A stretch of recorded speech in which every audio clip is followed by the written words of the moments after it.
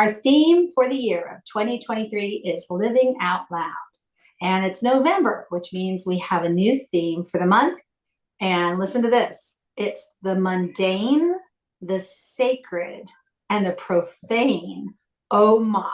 I'm reading that straight from my little journal. That's the title for the month of November.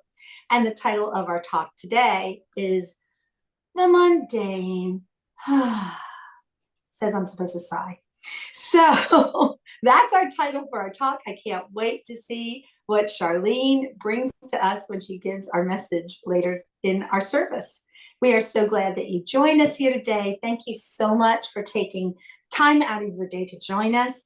So sit back, relax as we kick off our opening video. Please join us as we create our sacred space. We set our intentions of deepening into our awareness and practice of our 5 pillars of spiritual living by lighting this candle in our virtual world. Our first pillar is sacred study, represented by the divine quality of truth. We use this pillar to recognize the importance of an open mind and the power of our minds.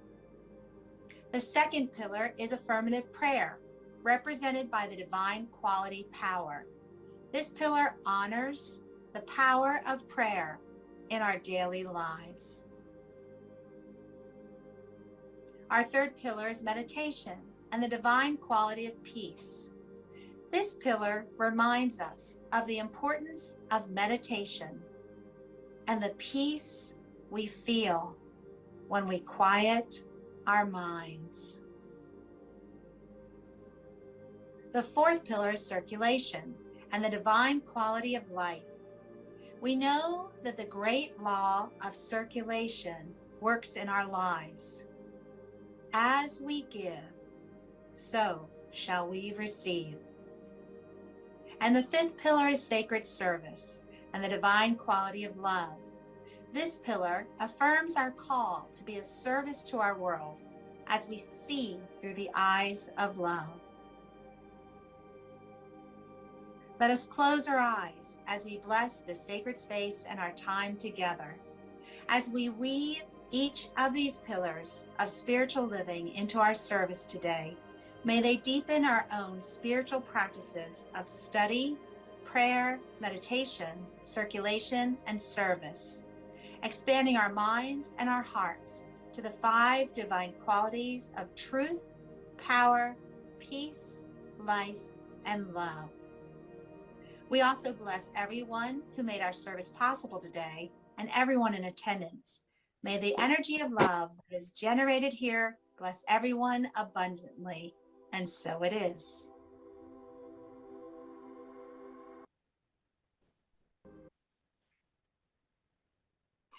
All right, so for our meditation today, before I begin, there's nothing mundane about celebrations and prayer requests.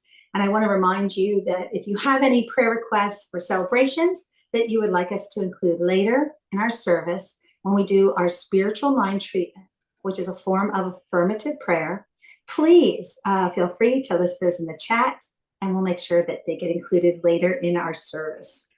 So let us begin our meditation for today.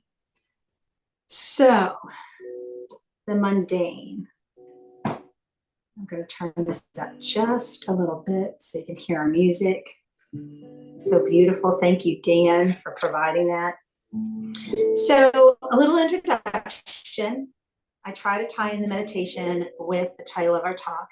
And when I read the mundane, it made me think of a podcast that I heard a few years ago. It was on the Agape Spiritual Center podcast. And the speaker was talking about a lesson that he learned and he wanted to share on the podcast. And he told us a story of a woman who had a friend who was in a car accident and became paralyzed. And I know some of you who are listening are thinking back to life experience. So this woman who had this friend started thinking about how much her friend's life had changed.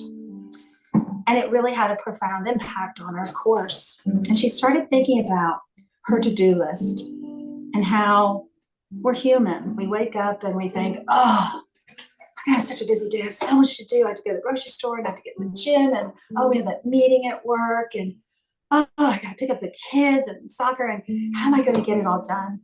And sometimes we can get overwhelmed with all the things that we have to do in our daily lives.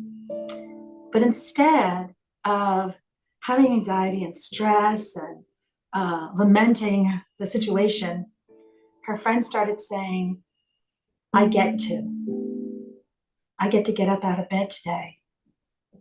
I get to go to the grocery store. I get to pay my bills. I get to go to the gym. I get to lead this meeting. I get to drive to work. Just thinking about all the things that are on our to-do list. So that's what I'm going to do for our meditation today. And I'm going to stop speaking in just a moment. And I want you just to think, what are all those things that are on your to-do list this coming week? List them, but in front of each item say, I get to. I get to. So that's our meditation. Just close your eyes if that helps, or enjoy the images. I get to.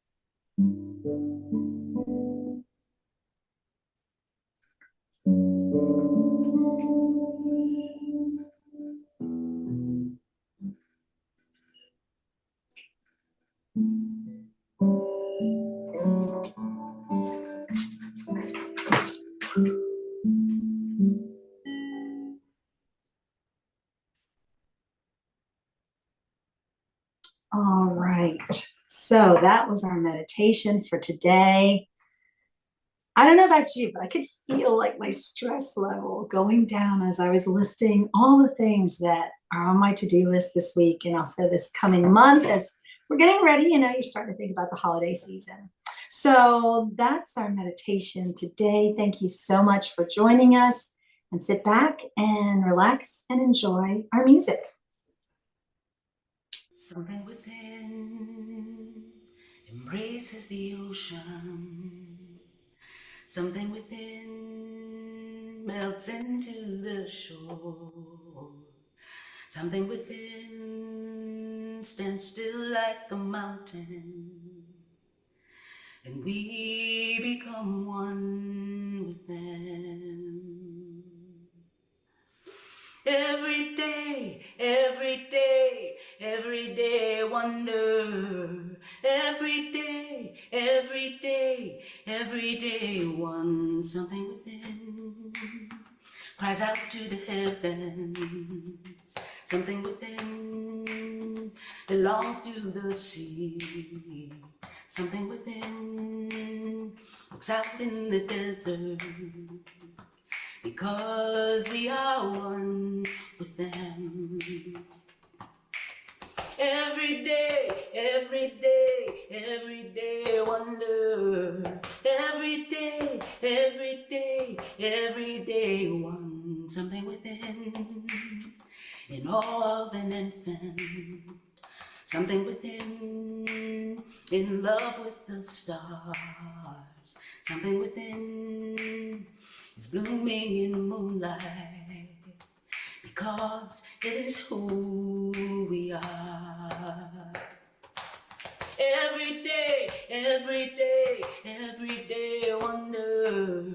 Every day, every day, every day one. Every day, every day, every day wonder. Every day, every day, every day one. Every day, every day, every day wonder. Every day, every day, every day one.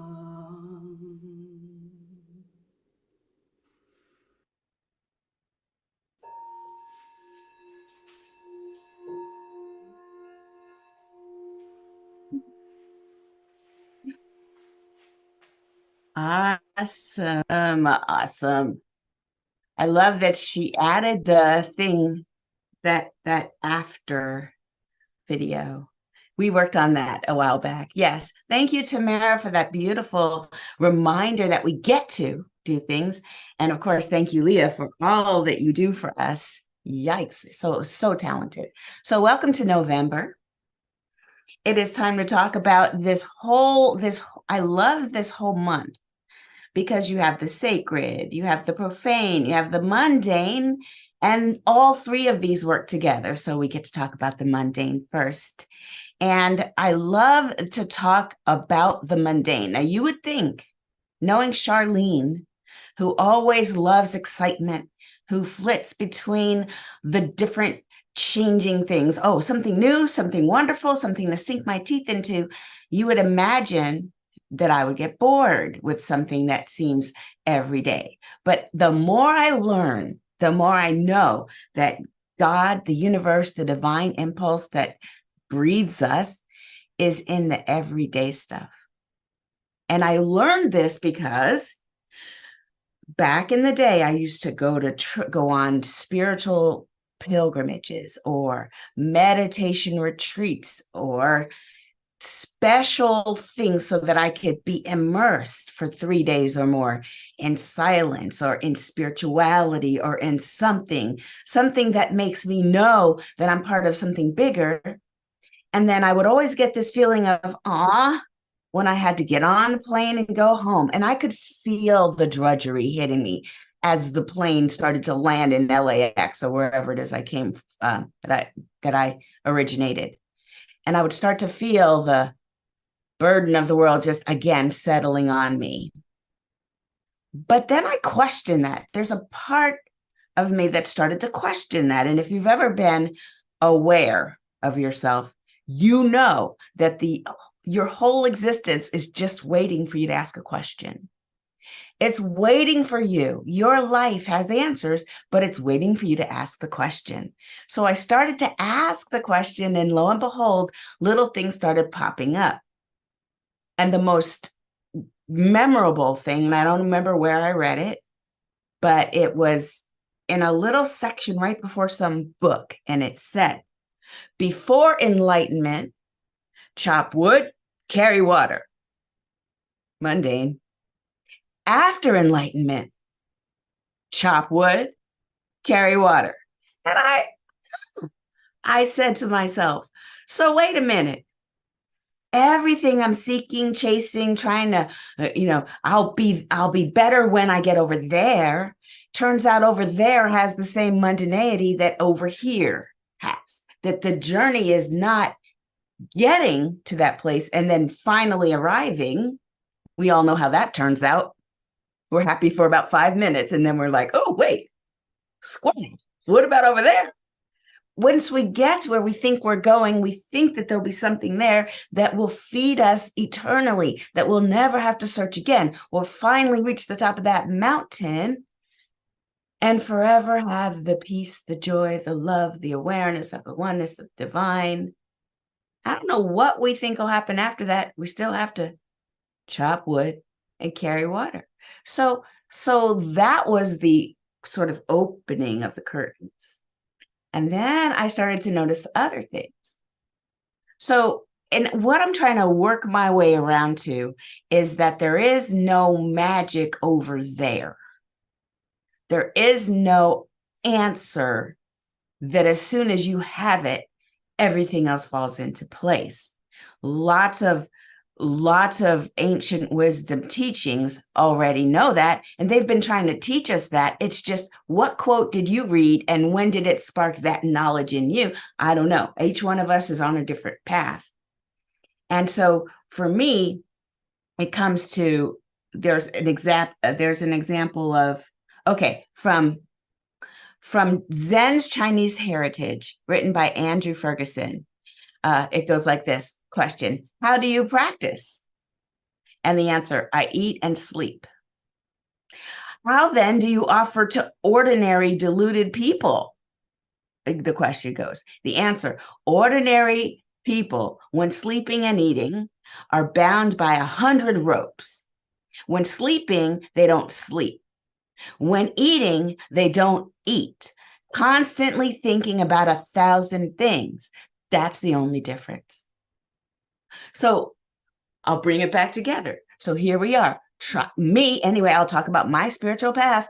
It was always about trying to get to enlightenment, and if I only did enough meditations and had the right candles and sat on the right cushion with the right incense burning and a little picture of Buddha and the Hindu goddess, and then maybe another one, maybe that would get me. It was so ritualistic and almost superstitious that I could only get enlightened if I followed this formula. But even then, I was chasing something and never just being there with it 100%. So those are things how not to do it. And these are the 1,000 ropes about when we're sleeping. Oh, maybe I'm missing something because I'm sleeping. I need to be awake doing something else. And when we're awake, not being present that's the true leak.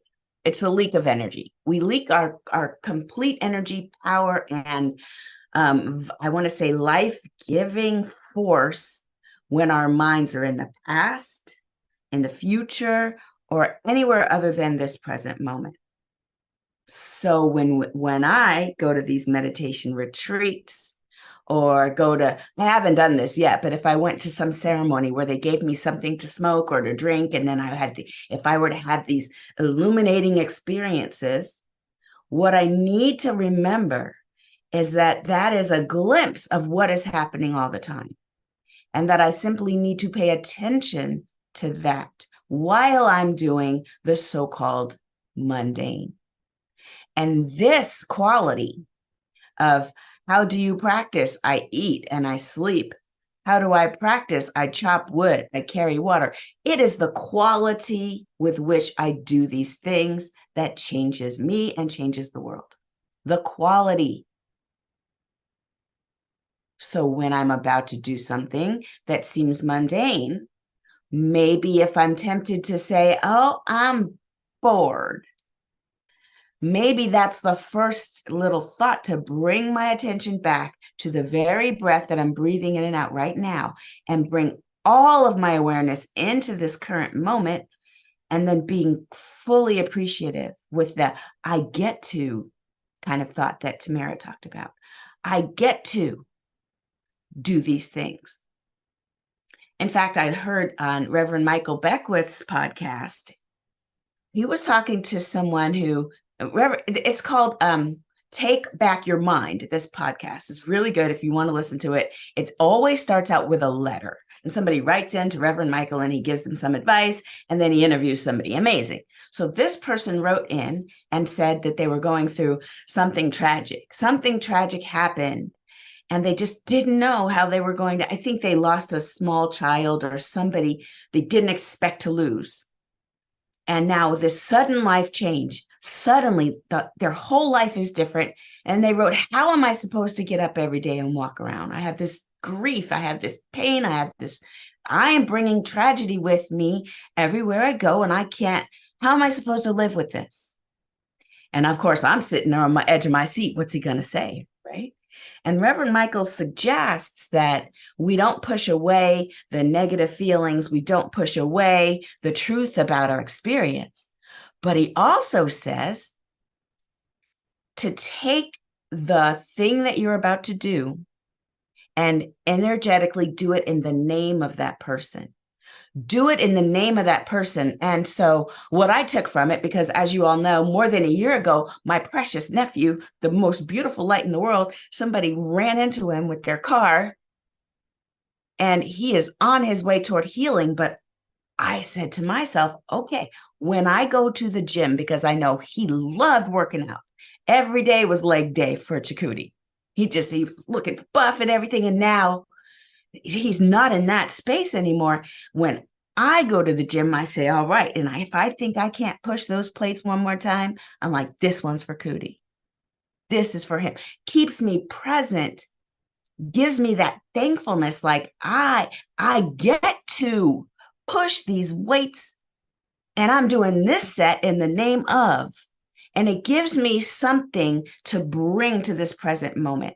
I can't change other people's lives. I'm not as effective in other people's lives as I'd love to be, right? I can only be effective in mine. And so whatever I can do to bring my attention to this absolute present moment and bring as much reverence and love that I can muster, then that is how I keep the candle burning. That is how I keep in that sense of divine activity, even though, yikes, this is the most boring thing.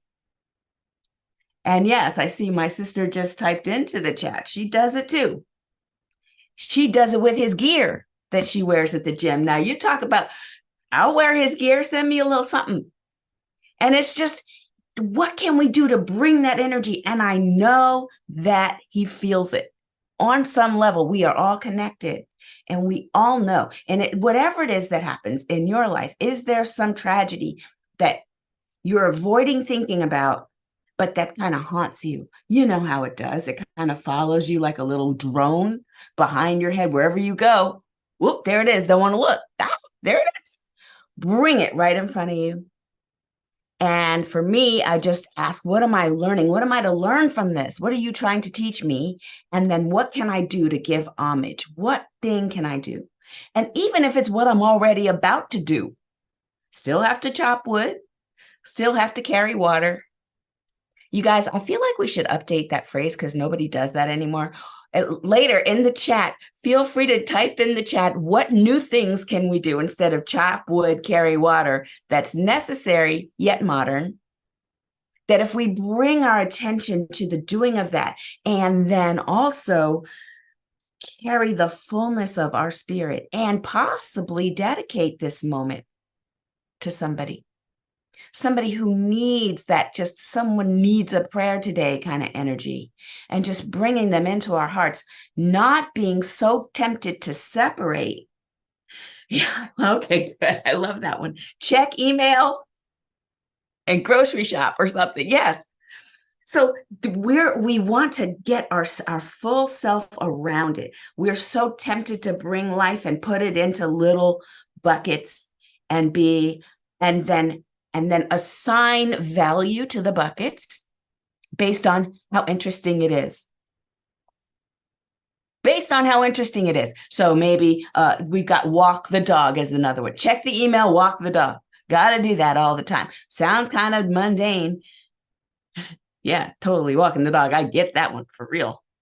And yet there could be something. If you ever lost a pet, when you're walking that dog, you're going to bring the entirety of all the pets, or maybe that one pet that you remember used to just love you and meet you at the door, or swish by your legs with a sense of attention that you so cherish.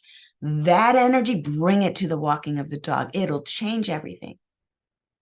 In fact, Mother Teresa has a quote, if I can grab it real quick. Okay. Do not think that love, in order to be genuine, has to be extraordinary. What we need is to love without getting tired. How does a lamp burn? Through the continuous input of small drops of oil. If the drops of oil run out, the light of the lamp will cease. What are these drops of oil in our lamps? They are the small things of daily life. Faithfulness, words of kindness, a thought for others. Our way of being silent, whether in meditation or prayer, of looking, of speaking, and of acting. These are the true drops of love. And be faithful in small things, because it is in them that your strength lies. The little things. Mother Teresa, the most benevolent being that ever walked the planet, says that we keep filling up our oil by keep doing acts of kindness and love. And really, it's a world that we want that works for everyone. If you read the book, Creating a World That Works for All, by Sharif Abdullah, he says, a world that works for all is one where our mundane actions serve our deepest individual and collective needs. In such a world, the possibility of the beautiful and the sublime exists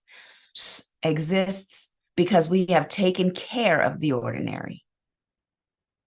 So we just have to be still, take time, slow down, and be aware of all the things around us, as opposed to walking out in traffic with your head in your phone. That's actually dangerous. And also, it disconnects us from the true world that is around us. So instead of being tempted to feel bored or separate our lives into good and bad, more of this, less of that, please, and just kind of acting as a director would, as if we have any control over this beautiful blue marble. What we can do is look at this world with a sense of awe and interest, as opposed to labeling it, or as opposed to seeking to live in a state of constant excitement where everything I do is meaningful, world-changing, and to be written about on the front pages. No. We're not looking to jump from peak to peak, because life really is in all of those valleys in between. And that doesn't mean we don't get to savor those high moments, but we don't want to make one good and one bad. And that kind of brings up the paradoxical thinking that we talked about last month, that being able to hold both in the same energy, to be able to combine the good and the so-called good and bad. You have these dichotomies, and becoming whole is where we're able to hold both of those. What we deem beautiful, what we deem ugly, those opposites, being able to hold it together in one, it will be our wholeness that we're expressing when we can do that. So we humans, what I want us to do is understand it's our job as humans to categorize. This is what we learned when we were children. I remember, speaking of being at the gym, I recently went to I'm part of a gym chain, and I was on travel last week, so I went to the nearest same gym that was over near where I was staying. And I noticed that people behave differently. There's different gym cultures. And one thing they do at this gym is they don't put the weights back in a way that's organized. Like, so you know how you have the little weights and then the bigger weights, and then so they'll put 3 different types of weights on the same little bar. And I'm like, so now I have to pull out a couple to get the big one and put the other. And I thought about, you guys didn't have that when you were a toddler? You remember the sorting thing? Do you remember the sorting of rings, where you put all the rings on the little pegs and you put the right sizes? You guys skipped that when you were young, is what I'm thinking. I said nothing and I just fixed it. I was like, wow. And then I thought about this. Yes, Fisher Price toys. Yes. The red, the yellow, the green, the blue, and the rings. And your toddler's smart when they can sort it all out. Grown people haven't mastered this, though. So anyway, I thought about that. And then, because I'm at the gym and I'm there and I'm trying to stay in the present moment, but then I'm distracted because these people are bothering me with their lack of sorting. And then I started to think this: when did we all learn to categorize? Because it's becoming a problem. Categorization. We're so fast to do it. We're so quick to do it. It happens to me, again, at the risk of one more gym metaphor, I swear I'll stop because today I didn't mean to do it. But I'm at the gym one day and I see this lady and I see a person and she's got the buzz cut short hair and she's sort of lean, and she had, now this person to me could have been an adolescent boy, could have been a middle-aged lady. I couldn't tell the difference. And then I thought to myself, why am I trying to tell the difference? Why are we so so keen on labeling something as soon as we see it. Why was I so interested? What is that? What is me? What's going on with me? Why do I need, and I got in my own face and was like, all right, why do humans tend to do this? And I did read, because I love to read, about how the brain works. The brain loves to put things in categories, because when we do that, then we have extra information. We say, oh, that's a Republican. And then we just throw what we think we know about them. Oh, you're a Democrat. I think what I know. And oh, you are an anti-vaxxer. So I think I know all about you too. Mind you, that might not even be your stance. And even if it is what you identify as, that doesn't mean I know everything about you. But isn't it faster? Isn't it quicker for me to just label and move on? And it's lazy. It allows me to keep my thoughts about what you are true, and not asking or finding out or getting to know you so that you have the right to refute whatever it is I thought about you. Yeah, no, it's easier for me to rush right by and dismiss, because that's what we tend to do. So categorizing leads to incorrect assessments, which then puts us out of the moment of experiencing something and into a bit of a judgment. Because don't think that those categories don't also have value associated with them. Think price tags. This is more valuable. That's less valuable. I can dismiss this person because they're just cleaning, and this other person who seems to be running the company, I'm going to pay attention to them. We've all seen the movies where mislabeling and misallocation of who someone is has gotten the person into trouble. Remember Pretty Woman? Where the woman comes in and she's trying to shop, and the lady treats her like she's nothing. And so she comes back with Richard Gere's character, and it's just satisfying to see how people who misjudge and then write you off are so surprised when you're not what they thought you were. Typically, I'm on the receiving end of that, but I'm definitely one of the ones that give that out too. I will have to catch myself. So it's good to be wrong when we categorize. Every time we are shown that we're wrong, we get another chance to widen what it is that we think about a group of people. Every time we're wrong, we in fact seek to be wrong about your assumptions, because maybe the assumptions will then have less and less control over how you see the world. And again, you might be thinking, well, gee, what does this have to do with living a spiritual life?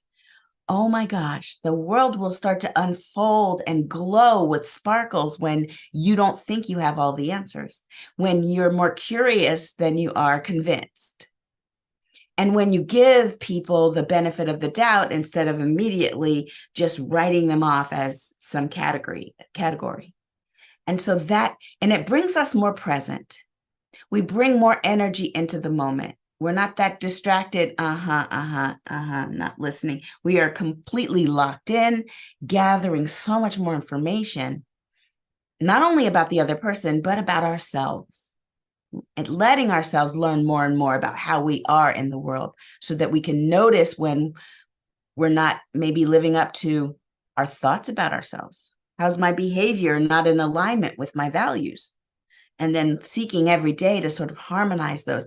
Always remembering that we're trying to bring our dichotomous self, the good versus bad, the ugly versus beautiful, the dark versus light. We're trying to hold it all as whole and holy, so that we can bring this enlightened energy into the room. And we definitely will change that energy when we walk into a room, curious rather than convinced. We change everything. Brother Lawrence wrote something. He wrote the practice of the presence of God. Listen to this. The practice of the presence of God. That's awesome. He received many of his insights for this book while washing the dishes, cooking, and while making sandals, because apparently that was his craft. Oh, how did you get this? Well, I was making sandals and it just hit me.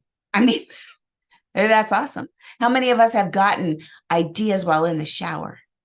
something about that water coming down, or just being present, doing something automatically opens us to something bigger than who we are. So Brother Lawrence says he always began his tasks with a short prayer to God, recognizing its ever presence, asking for guidance while doing this task. And then he was given these insights and wrote a whole book, The Practice of the Presence of God. And so what if we tried that before we went grocery shopping, or let's see, going to work, or taking out the trash? I like that one.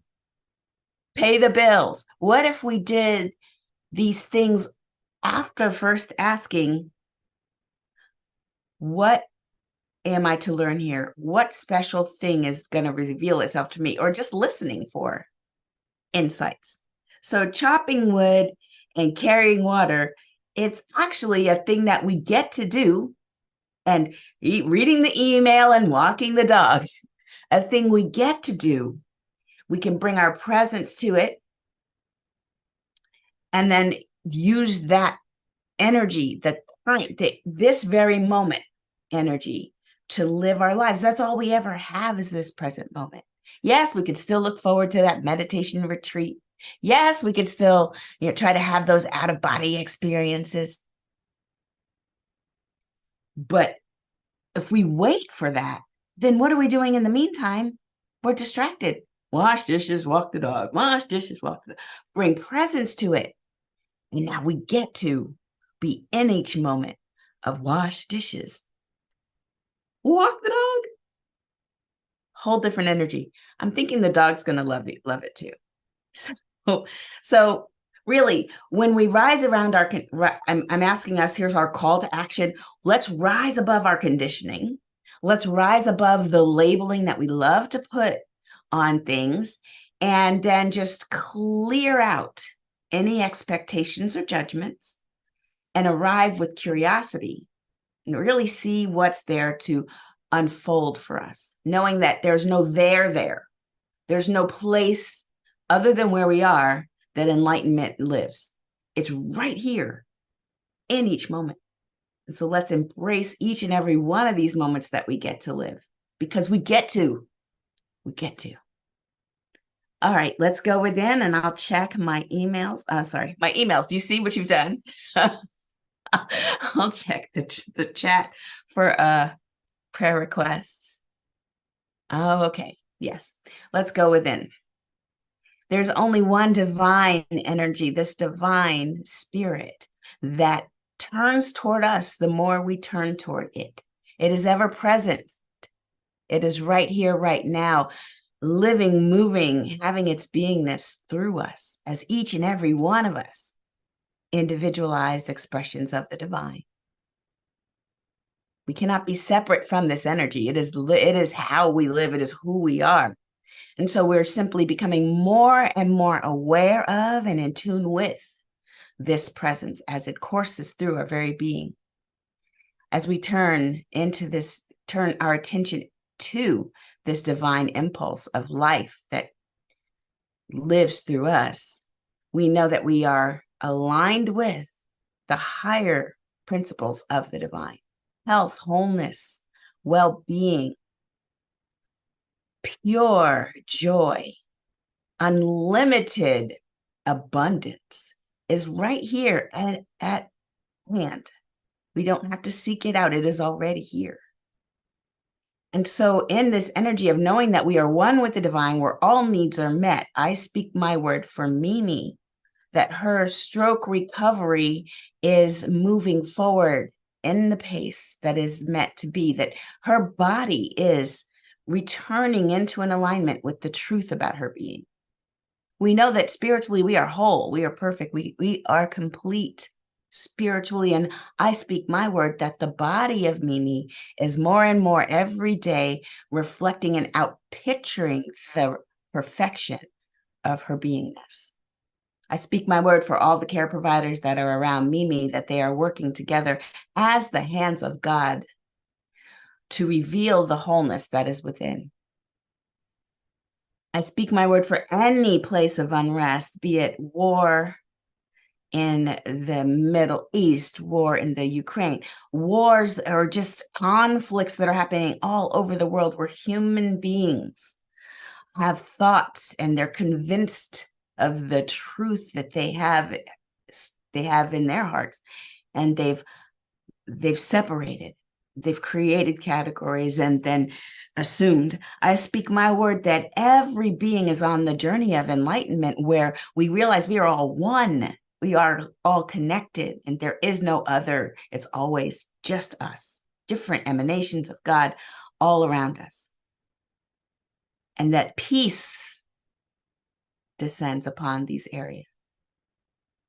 And so with this knowingness of wholeness, perfection, and complete love, joy, and beauty, I simply rest knowing that my words spoken into the law are fruitful. The law always says yes, and I'm so grateful for this. I release my word and let it go. I let it be. So it is. Amen. Ashe. Let's hear from Leah.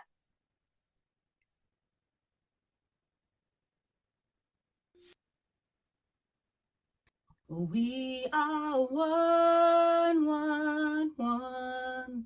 We are one, one, one. In the spirit, we are one. We are one. And we share one heart. We share one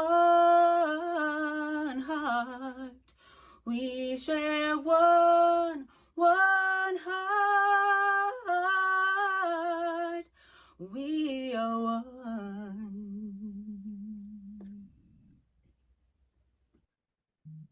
We are one, one. We are one, one. In the spirit, we are one, one. We are one. We are one, one. We are one, one. In the spirit, we are one, one. We are one. We are one. There is one love in the spirit. There is one love in the spirit. There is one love in the spirit. There is one love. Spirit, we are one, one. We are one. We are one, one. There is one love. We are one, one. There is one. In the spirit, we are one, one. We are one. Let's sing it one more time. We are one, one. There is one love. We are one. In the spirit, we are one. We are one. Oh my goodness, Lee, I could have kept hearing that and hearing that and hearing that. Beautiful, beautiful. And thank you so much, Charlene. Once again, you made me fill up my little journal. I took so many notes. So now is the time that we bless our donations that are shared today. At CSL Leesburg, we believe in the law of circulation. So we are a tithing community. The donations that are shared with our center bless everyone, those who give and those who receive. Your donations help our center, our CSL home organization, as well as organizations that support our vision of helping to create a world that works for everyone. So please look at our screen. There's so many ways for you to give, and odds are you found something that works for you. So now join me by taking your gift, either physically or mentally, placing it over your heart, and join us in the blessing of our gifts. The presence of spirit within me blesses everyone I meet, tends to heal everything I touch, brings gladness in the life of everyone I contact. Therefore, I'm a blessing to myself, to humankind, and to the day in which I live. And so it is. All right, announcements. So we are kicking off our conscious giving program today. We do this in the month of November. It helps us to prepare our budget for next year. So the conscious giving program is an invitation to deepen into your own spiritual practice by joyfully assessing the law of circulation through the practice of conscious and consistent financial support to our center, resulting in an increased abundance for ourselves and for our community. So how do you participate? I know that's the question that's on your mind. It's easy. You fill out the form on our website, cslleesburg.org, and under Give, you click on the 2024 Committed Giving form, and you commit to a regular amount for 2024. And it's so easy to say, this is the amount that I want to give each month, or I guess it's fine to make like a lump sum if you can do that. It's up to you. You have choices. You can also go to the QR code that you see on your screen. And we have a special incentive. So you heard me mention, I take notes. I'm always like jotting in my journal. Can't live without this. I get a sneak preview onto what the messages are going to be each Sunday. It's all labeled for me. And there's these wonderful little pages that tell me about different programs too that are in CSL, how I can go to the shop. I can get t-shirts. I can get note cards. I can get all kinds of things. I can get the magazine coming to my house, and all these other programs that are offered through our CSL home office. And what is the journal going to be for 2024? Well, it's a grand rising. And look at that gorgeous picture. So you want your journal, right, for next year. And this is our little incentive. When you sign up in our conscious giving program, you guarantee that you're going to get a journal for 2024. All right, what's happening? So Dream Study, the next meeting will be November 18th. It's on Saturdays at 10 o'clock Eastern Standard Time. And dreams, we're always getting messages from the divine through our subconscious, and dreams are a great way that we can get messages and guidance. And if you're having a little trouble interpreting your dreams, come and join Charlene and her friends on November 18th, where they talk, share, and discuss and explore their dreams. Upcoming events. So today we're going to have a new member ceremony again. It was so nice. Let's do it twice. So we have another new member. We're going to do that today after our service. And if you are in the Northern Virginia area, please join us at Wegmans in Leesburg. We're going to do our Sunday lunch bunch. We missed October. Too many things were going on, but we're doing it here in November. It's going to be today after our service. Around 1 o'clock is what we're thinking. Some of us have to have some driving time. Get your lunch. They have a wonderful, wonderful selection of choices, and then meet us upstairs. And if you can do this, it's so much fun. There's always talk, there's laughter, you get great movie suggestions, book suggestions, and we just get to see each other face to face, which is always, always wonderful. So that's today. And mark your calendars, December 10th, we're going to have our CSL annual member meeting. So if you are a member of CSL Leesburg, you get to hear about our budget, our plans for next year, and you even get to have a say. You get to vote on some things. So mark your calendars for December 10th. Can't believe I'm talking about December. Wow, this year.